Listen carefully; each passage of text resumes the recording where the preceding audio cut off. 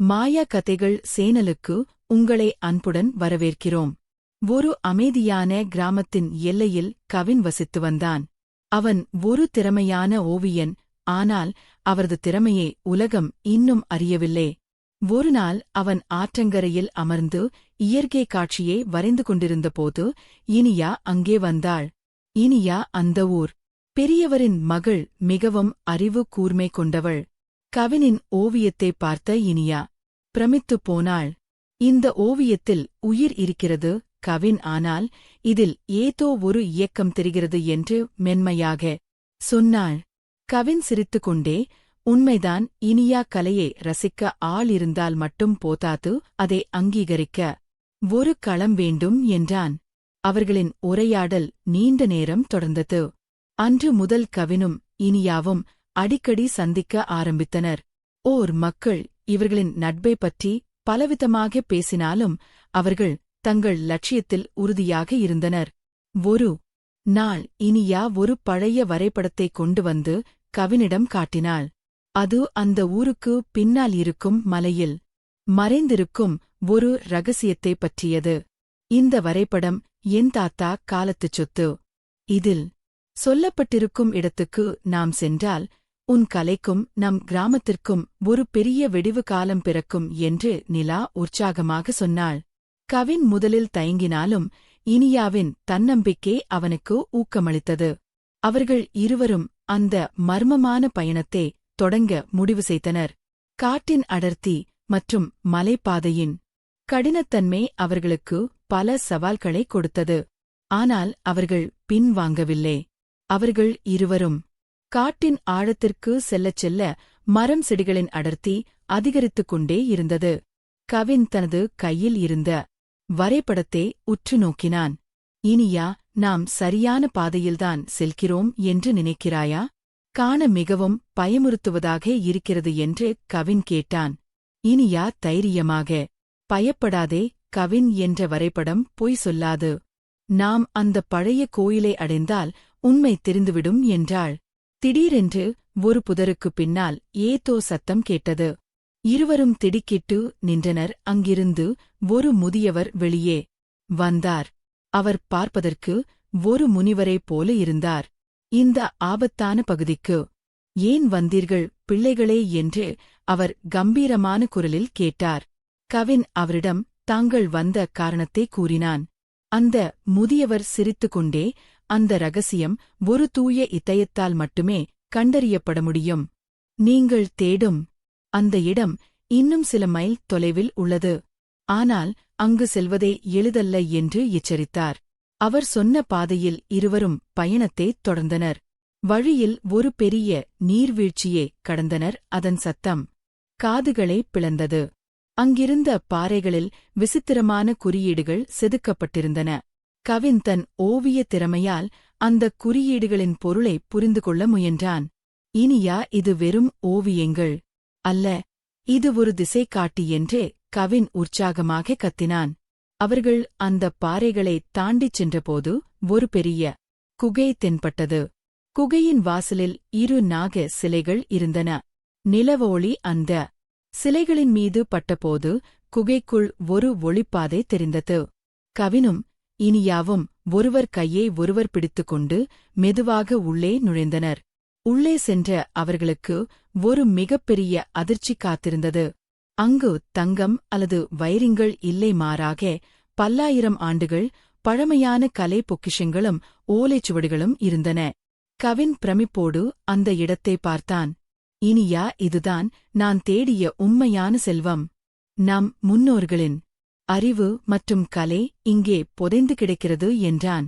அவர்கள் அந்த பொக்கிஷங்களை பாதுகாக்கவும் அதை உலகிற்கு தெரியப்படுத்தவும் உறுதி பூண்டனர்.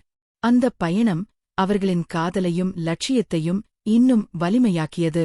குகைக்குள் இருந்த அந்த ஓலைச்சுவடிகளை ஒவ்வொன்றாக ஆராய்ந்த கவின் ஒரு முக்கியமான உண்மையைக் கண்டறிந்தான். அது அந்த கிராமத்தின் பூர்வீக வரலாறு மற்றும் மறைக்கப்பட்ட ஒரு நீராதாரம் பற்றிய ரகசியம். இனியா, இங்கே பார். நம் கிராமம் ஒரு காலத்தில் செழிப்பாக இருந்ததற்கும் இப்போது வறட்சியில் வாழுவதற்கும் காரணம் இதில் இருக்கிறது. என்று கவின் வியப்புடன் கூறினான். அந்த வரைபடம் ஒரு நிலத்தடி நதி செல்லும் பாதையை துல்லியமாக காட்டியது. அவர்கள் அந்த ரகசியத்தை தெரிந்து கொண்ட அதே நேரத்தில் குகைக்கு வெளியே சில மனிதர்களின் நடமாட்டம் கேட்டது.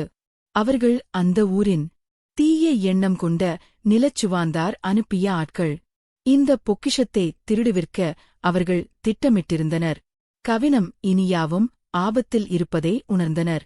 நாம் எப்படியாவது இங்கிருந்து தப்பிக்க வேண்டும். இந்த தகவல்கள் தவறான கைகளில் கிடைத்தால் நம் கிராமத்திற்கே ஆபத்து என்று இனியா பதற்றத்துடன் கூறினாள். கவின் குகையின் மற்றொரு மூலையில் இருந்த சிறிய பாதையை கவனித்தான். அது ஒரு சுரங்க பாதை போல தெரிந்தது. இருவரும் அந்த குறுகிய பாதையில் நுழைய பின்னால் வந்த ஆட்கள் குகைக்குள் நுழைந்து தேட ஆரம்பித்தனர். இருட்டில் தடுமாறி நடந்த கவினும் இனியாவும் திடீரென்று ஒரு பெரிய நிலவறைக்குள் வந்து சேர்ந்தனர். அங்கே ஒரு பழைய இயந்திரம் போன்ற அமைப்பு இருந்தது. கவின் தன் புத்திசாலித்தனத்தால் அந்த இயந்திரத்தின் செயல்பாட்டை புரிந்து கொண்டான். அது ஒரு பழங்கால நீர் மேலாண்மை அமைப்பு. சரியான முறையில் அதை இயக்கினால் தடுத்து நிறுத்தப்பட்டிருந்த நீர் மீண்டும் கிராமத்தை நோக்கி பாயும். கவின் அதற்கான முயற்சியில் இறங்கினான். பெரும் போராட்டத்திற்குப் பிறகு அந்த இயந்திரம் இயங்க ஆரம்பித்தது. நிலத்தடியில் தேங்கியிருந்த நீர் பெரும் வேகத்துடன் வெளியேறியது. அதே சமயம் குகைக்குள் தேடிக் கொண்டிருந்த ஆட்கள் வெள்ளத்தை பார்த்து பயந்து ஓடின. வெளியே வந்த கவினம் இனியாவும் கிராம மக்கள் முன்னிலையில் அந்த ரகசியத்தை வெளிப்படுத்தினர். நதிநீர் மீண்டும் கிராமத்து குளங்களுக்கு வந்து சேர்ந்ததை பார்த்த மக்கள் ஆனந்த கண்ணீர் வடித்தனர். நிலச்சுவாந்தாரின் சதி முறியடிக்கப்பட்டது. கவினின் ஓவியங்கள் இப்போது அந்த கிராமத்தின் பெருமையை உலகிற்கு சொல்லும் ஊடகமாக மாறின. கதையின் இறுதியில் கவினும் இனியாவும் அந்த நீர்வீழ்ச்சியின் அருகில் அமர்ந்து தங்கள் அடுத்த பயணத்தைப் பற்றி பேசிக் கொண்டிருந்தனர். கிராமத்தில் தண்ணீர் வந்த மகிழ்ச்சி ஒருபுறம் இருந்தாலும் கவினன் மனதில் அந்த முதியவர் சொன்ன எச்சரிக்கை ஒலித்துக் கொண்டே இருந்தது. இந்த நீராதாரம் ஒரு ஆரம்பம் மட்டுமே. உண்மையான சக்தி இன்னும் மலையின் உச்சாணி கிளையில் உறங்கிக் கொண்டிருக்கிறது என்ற வார்த்தைகளின் பொருள் என்னவாக இருக்கும் என்று அவன் யோசித்தான். கவின் இனியாவிடம் இதைப்பற்றி விவாதித்தான். மறுநாள் காலை கவினும் இனியாவும் மீண்டும் அந்த மலை உச்சிக்கு செல்ல தீர்மானித்தனர். இம்முறை அவர்கள் தனியாக செல்லவில்லை. கிராமத்து இளைஞர்கள் சிலரும் அவர்களுடன் இணைந்து கொண்டனர். காட்டின் மேல்பகுதி இன்னும் மர்மங்கள் நிறைந்ததாக காணப்பட்டது. அங்கே மேகங்கள் தரையை தொட்டு சென்றன. ஒரு குறிப்பிட்ட உயரத்தை அடைந்தபோது அங்கே ஒரு பழைய கோட்டை சிதிலடைந்த நிலையில் இருப்பதே கண்டன. அந்த கோட்டையின் சுவர்களில் செதுக்கப்பட்டிருந்த சித்திரங்கள் கவிதை ஈர்த்தன. அவை சாதாரணமானவை அல்ல. வானியல் மற்றும் மருத்துவ ரகசியங்களை குறிக்கும் வரைபடங்கள். இனியா, இங்கே பார். நம் முன்னோர்கள் வெறும் விவசாயத்தில் மட்டும் சிறந்து விளங்கவில்லை. அவர்கள் விண்வெளி அறிவியலிலும் வல்லவர்களாக இருந்திருக்கிறார்கள் என்றே வியப்புடன் சொன்னான் கவின். அப்போது அங்கே ஒரு விசித்திரமான ஒளி தோன்றியது. அது ஒரு பழைய பீடத்திலிருந்து வெளிப்பட்டது. அந்த ஒளியே பின்தொடர்ந்து சென்ற அவர்கள் ஒரு ரகசிய அறைக்குள் நுழைந்தனர். அங்கே ஒரு பெரிய ஸ்படிகத்தக்கால் கிறிஸ்டல் இருந்தது. அதில் சூரிய ஒளி படும்போது அது வானவில் நிறங்களை பிரதிபலித்தது. அந்த ஒளியின் மூலம் கோட்டையின் மற்ற பகுதிகளும் பிரகாசிக்கத் தொடங்கின. கிராமத்து மக்கள் இப்போது கவினையும் இனியாவையும் வெறும் காதலர்களாக பார்க்காமல் தங்கள் இனத்தின் மீட்பர்களாக பார்த்தனர். கவின் அந்த இடத்தில் ஒரு கலைக்கூடத்தை அமைத்தான். அங்கு அவன் தன் ஓவியங்கள் மூலம் பழங்கால ரகசியங்களை மக்களுக்கு கற்பித்தான். இனியா அந்த ஓலைச்சுவடிகளை ஆராய்ந்து கல்வியை பரப்பினாள். மாயா கதைகள் போல தெரிந்த அந்த நிகழ்வுகள் யாவும் நிஜமாகின. அந்த கோட்டையின் ரகசியங்கள் வெளிவரத் தொடங்கியதும் பக்கத்து நாட்டுப் பேராசை பிடித்த சில வணிகர்களுக்கு இந்த செய்தி எட்டியது. அவர்கள் அந்த கோட்டையில் இருக்கும் அந்த விலைமதிப்பற்ற ஸ்படிகக் கல்லை கிறிஸ்டல் திருட திட்டமிட்டனர். நள்ளிரவு நேரத்தில் கவினம் இனியாவும் கோட்டையில் இருக்கும் ஓலைச்சுவடிகளை வகைப்படுத்திக் கொண்டிருந்தபோது ஆயுதம் ஏந்திய ஒரு கும்பல் ரகசியமாக உள்ளே நுழைந்தது. கவின் சத்தத்தை கேட்டு உஷாரானான். இனியா யாரோ உள்ளே வந்திருக்கிறார்கள். நாம் எச்சரிக்கையாக இருக்க வேண்டும் என்று கிசுகிசுத்தான்.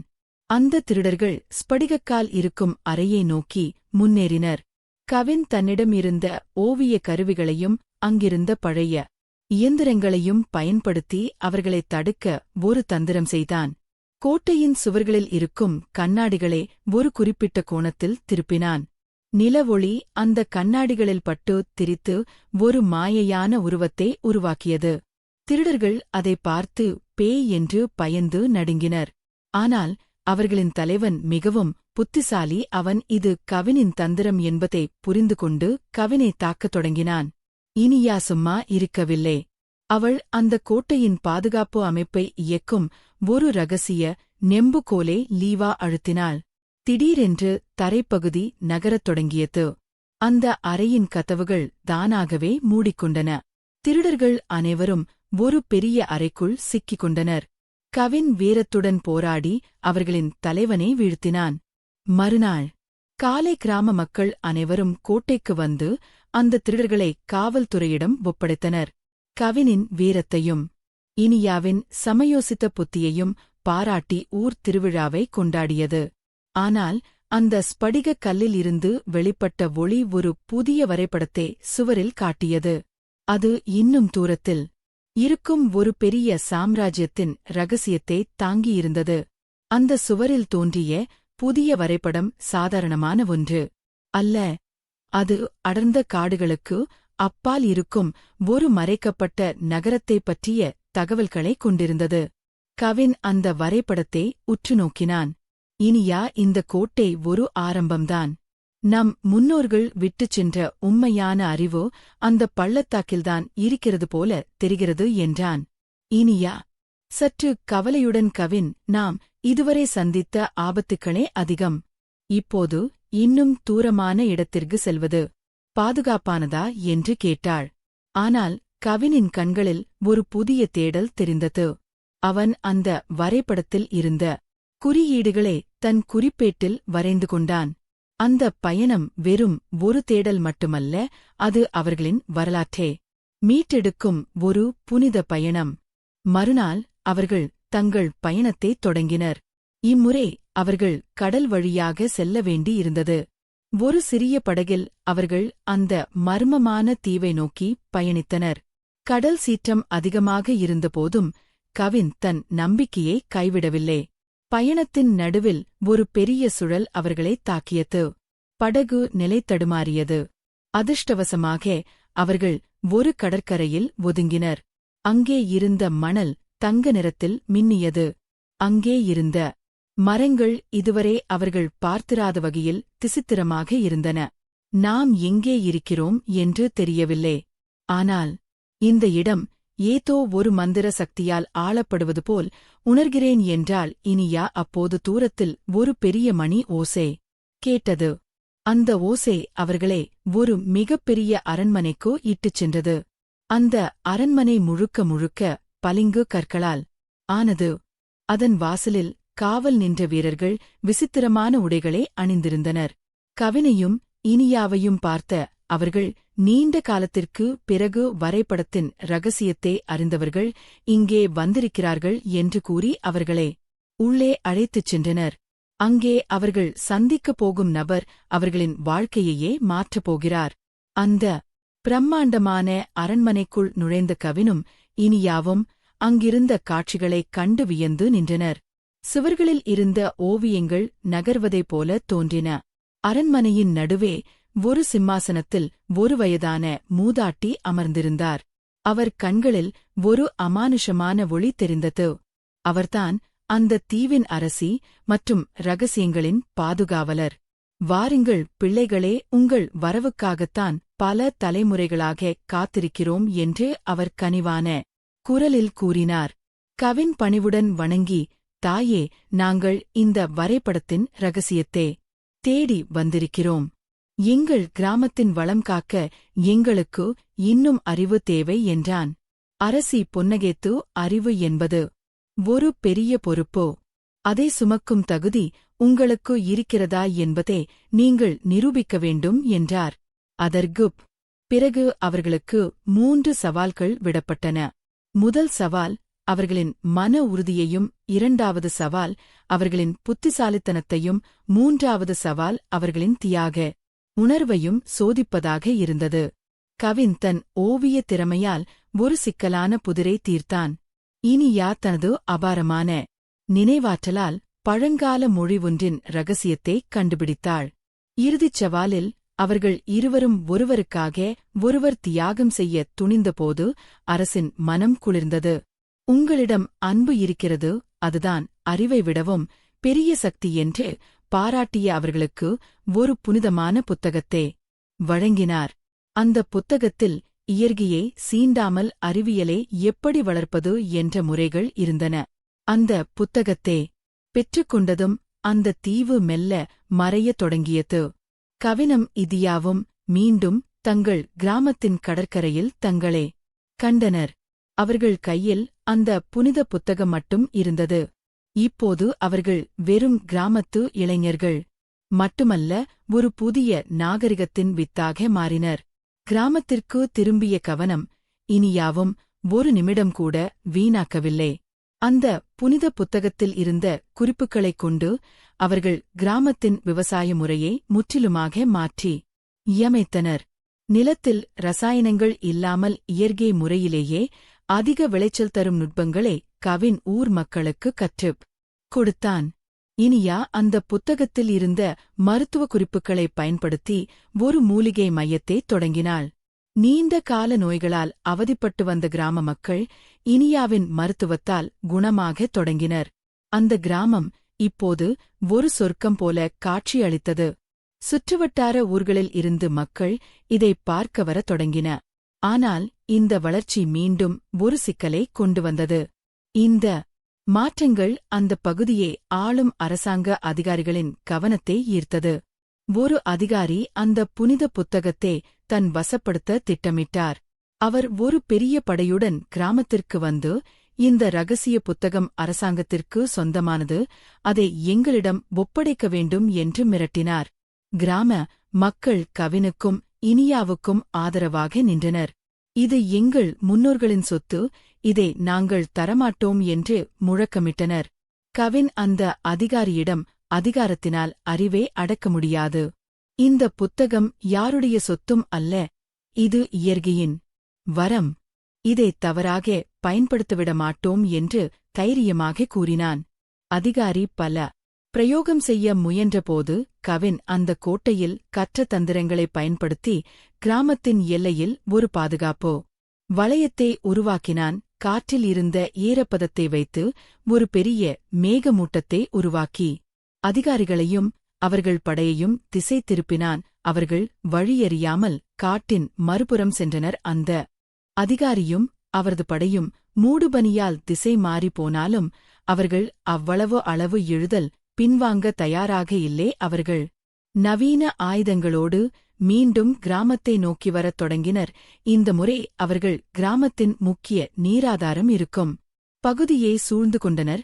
புத்தகத்தை எங்களிடம் தராவிட்டால் இந்த அணைக்கட்டை தகர்த்து விடுவோம் என்று மிரட்டினர். கவின் மற்றும் இனியாவுக்கு இது ஒரு பெரிய சோதனையாக அமைந்தது.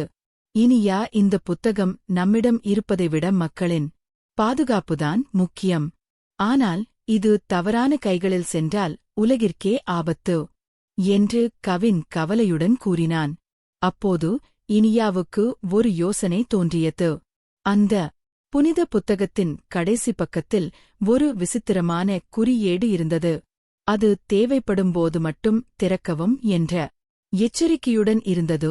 யூனியா அந்த குறியீட்டைத் தொட்டதும் புத்தகத்தில் இருந்து ஒரு பிரகாசமான ஒளி வெளிப்பட்டு வானத்தை நோக்கிச் சென்றது. திடீரென்று வானத்தில் மின்னல்கள் வெட்டின.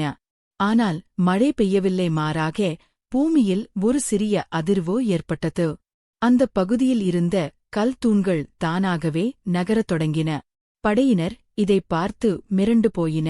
அவர்கள் கைகளில் இருந்த ஆயுதங்கள் காந்த சக்தியால் ஈர்க்கப்பட்டு செயலிருந்தன.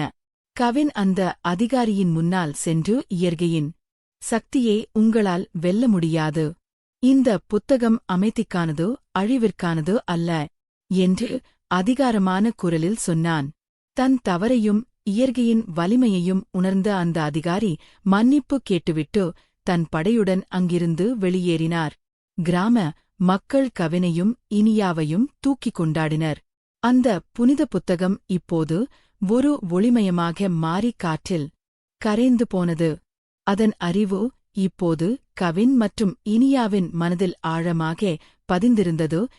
புனித புத்தகம் மறைந்தாலும் கவினும் இனியாவும் கவலை அடையவில்லை. ஏனெனில் அதில் இருந்த உண்மையான அறிவு அவர்களின் செயல்களில் வெளிப்படத் தொடங்கியது. கிராமம் இப்போது ஒரு முன்மாதிரி கிராமமாக மாறியது. வறண்ட நிலங்கள் சோலைவனமாக மாறின. வறுமை ஒழிந்தது. கவின் தனது கலைக்கூடத்தை ஒரு பெரிய பல்கலைக்கழகமாக மாற்றினான். அங்கு உலகெங்கிலும் இருந்த மாணவர்கள் வந்து பழங்கால அறிவியலையும் கலைகளையும் காட்டினர். இனியா அந்த கிராமத்தின் தலைவியாக தேர்ந்தெடுக்கப்பட்டாள். அவளது நிர்வாகத்தில் நீதி நிலைநாட்டப்பட்டது. இயற்கையும் மனிதனும் இணைந்து வாழும் புதிய கலாச்சாரம் உருவானது.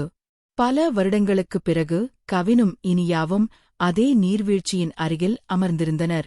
கவின் ஒரு புதிய ஓவியத்தை வரைந்து கொண்டிருந்தான். அந்த ஓவியத்தில் அவர்கள் கடந்து வந்த பாதையும் சந்தித்த மர்மங்களும் தத்ரூபமாக இருந்தன. இனியா, இந்த பயணம் நமக்கு வெறும் அறிவை தரவில்லை, நம்மை நாமே கண்டறிய உதவி இருக்கிறது என்றான் கவின் புன்னகையுடன். இனியா அவன் கையை பிடித்துக்கொண்டு, உண்மைதான் கவின், மாயா கதைகள் என்பது வெறும் கற்பனை அல்ல, அது நம் நம்பிக்கையின் அடையாளம் என்றான். மாலை நேரத்து சூரியன் மறையும்போது அந்த பள்ளத்தாக்கு முழுக்க ஒரு மெல்லிய ஒளி பரவியது. மாறாக பூமியில் ஒரு சிறிய அதிர்வு ஏற்பட்டது. அந்த பகுதியில் இருந்த கல் தூண்கள் தானாகவே நகரத் தொடங்கின. படையினர் இதைப் பார்த்து மிரண்டு போயின. அவர்கள் கைகளில் இருந்த ஆயுதங்கள் காந்த சக்தியால் ஈர்க்கப்பட்டு செயலிழந்தன. கவின் அந்த அதிகாரியின் முன்னால் சென்று, இயற்கையின் சக்தியை உங்களால் வெல்ல முடியாது. இந்த புத்தகம் அமைதிக்கானதோ அழிவிற்கானதோ அல்ல என்று அதிகாரமான குரலில் சொன்னான். தன் தவறையும் இயற்கையின் வலிமையையும் உணர்ந்த அந்த அதிகாரி மன்னிப்பு கேட்டுவிட்டு தன் படையுடன் அங்கிருந்து வெளியேறினார். கிராம மக்கள் கவினையும் இனியாவையும் தூக்கிக் கொண்டாடினர். அந்த புனித புத்தகம் இப்போது ஒரு ஒளிமயமாக மாறி காற்றில் கரைந்து போனது. அதன் அறிவு இப்போது கவின் மற்றும் இனியாவின் மனதில் ஆழமாக பதிந்திருந்தது. புனித புத்தகம் மறைந்தாலும் கவினும் இனியாவும் கவலை அடையவில்லை. ஏனெனில் அதில் இருந்த உண்மையான அறிவு அவர்களின் செயல்களில் வெளிப்படத் தொடங்கியது. கிராமம் இப்போது ஒரு முன்மாதிரி கிராமமாக மாறியது. வறண்ட நிலங்கள் சோலைவனமாக மாறின. வறுமை ஒழிந்தது. கவின் தனது கலைக்கூடத்தை ஒரு பெரிய பல்கலைக்கழகமாக மாற்றினான். அங்கு உலகெங்கிலும் இருந்த மாணவர்கள் வந்து பழங்கால அறிவியலையும் கலைகளையும் காட்டினர். இனியா அந்த கிராமத்தின் தலைவியாக தேர்ந்தெடுக்கப்பட்டாள். அவளது நிர்வாகத்தில் நீதி நிலைநாட்டப்பட்டது. இயற்கையும் மனிதனும் இணைந்து வாழும் புதிய கலாச்சாரம் உருவானது. பல வருடங்களுக்குப் பிறகு கவினும் இனியாவும் அதே நீர்வீழ்ச்சியின் அருகில் அமர்ந்திருந்தனர். கவின் ஒரு புதிய ஓவியத்தை வரைந்து கொண்டிருந்தான். அந்த ஓவியத்தில் அவர்கள் கடந்து வந்த பாதையும் சந்தித்த மர்மங்களும் தத்ரூபமாக இருந்தன. இனியா, இந்த பயணம் நமக்கு வெறும் அறிவை தரவில்லை, நம்மை நாமே கண்டறிய உதவி இருக்கிறது என்றான் கவின் புன்னகையுடன். இனியா அவன் கையை பிடித்துக்கொண்டு, உண்மைதான் கவின், மாயா கதைகள் என்பது வெறும் கற்பனை அல்ல, அது நம் நம்பிக்கையின் அடையாளம் என்றான். மாலை நேரத்து சூரியன் மறையும்போது அந்த பள்ளத்தாக்கு முழுக்க ஒரு மெல்லிய ஒளி பரவியது. அது அந்த புனித புத்தகத்தின் ஒளி போலவே இருந்தது. அது இன்றும் அந்த கிராமத்தை பாதுகாத்து வருகிறது. இத்துடன் இந்த கதை இனிதே நிறைவு.